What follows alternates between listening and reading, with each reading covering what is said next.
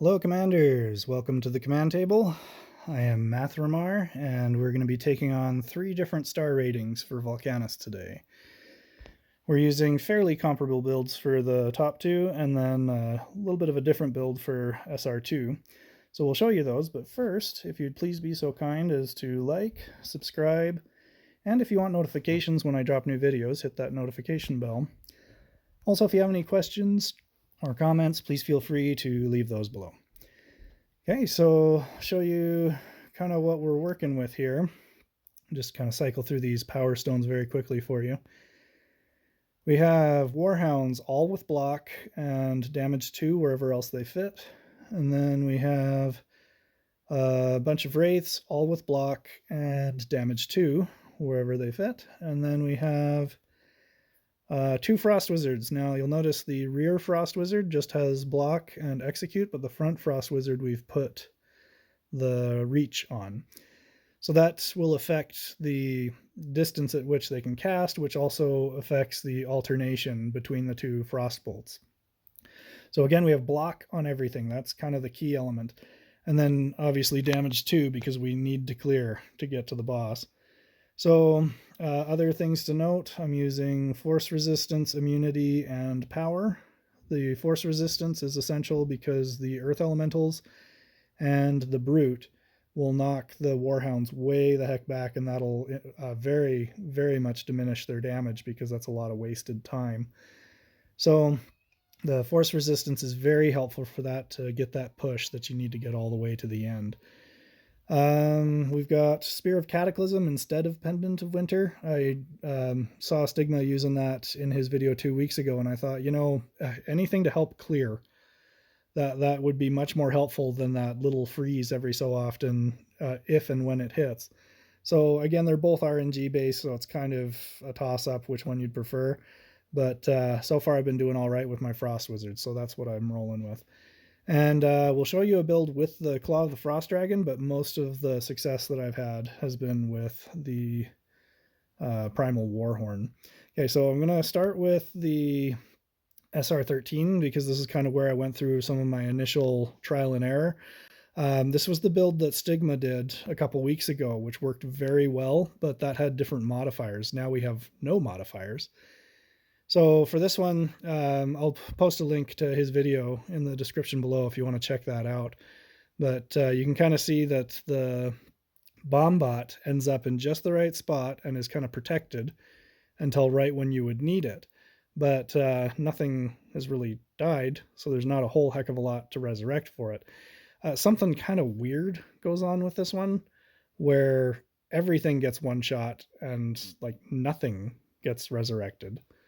So we're kind of getting close on this one. I think I get down to 11% and then it's toast.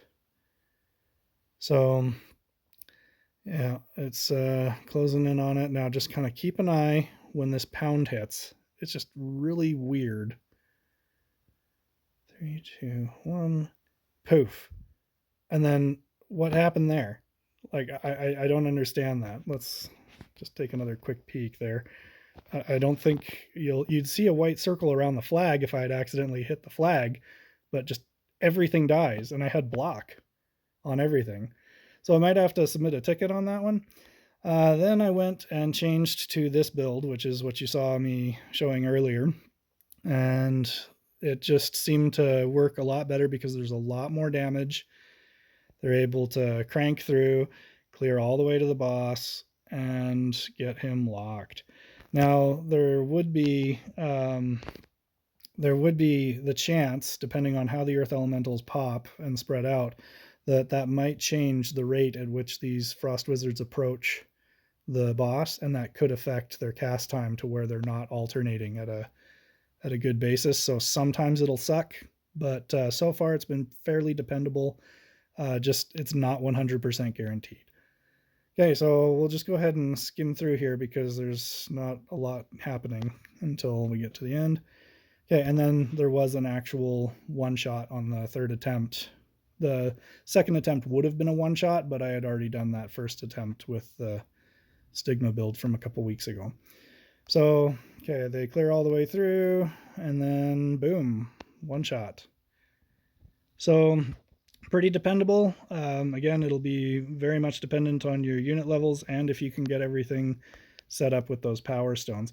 I already showed you the power stones, so we're not going to share that.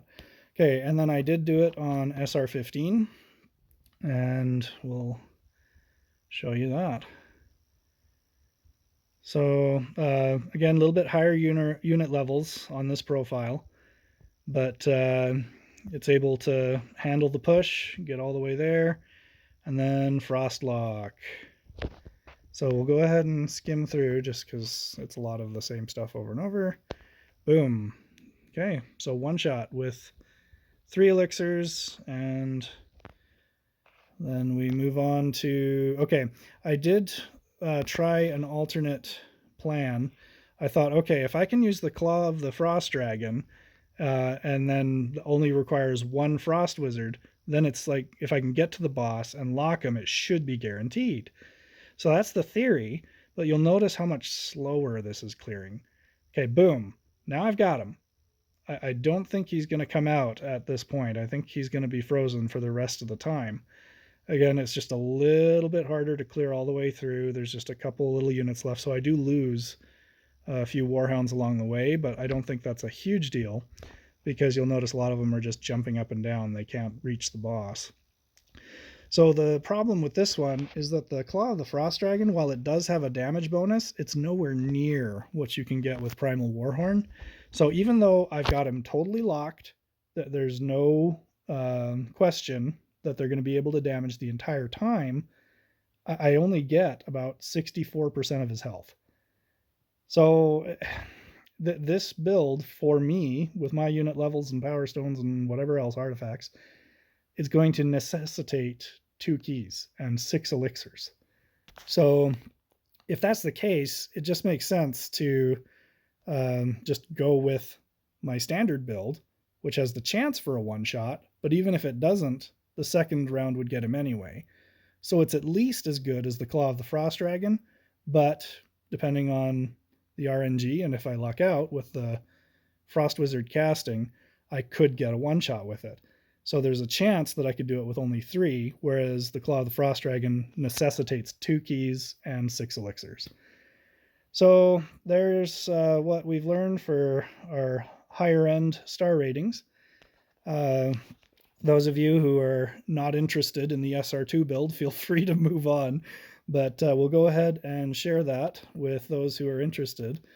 Here is my build for SR2. Okay, it's going to cycle through the Power Stones very briefly. Okay, Protection 2 and Ability, or Enhance, sorry. Enhance and Block. And we got Aim 2 and Block. Then Damage 2, Protection 2 and Damage 2, and then again Protection 2 and Damage 2.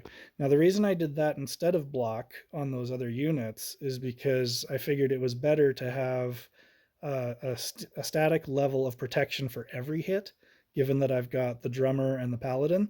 So that kind of makes every hit slightly less painful. Whereas the block, I was afraid that if I got 2 hits on my units, that it would just knock them out entirely, because the first one would get soaked by the block and the second one would just obliterate them. So I thought, okay, let's just do the Protection 2. And as you can see, I've got plenty of units, totally got the job done. Everything else from here on out is gravy. So that's my SR2 build.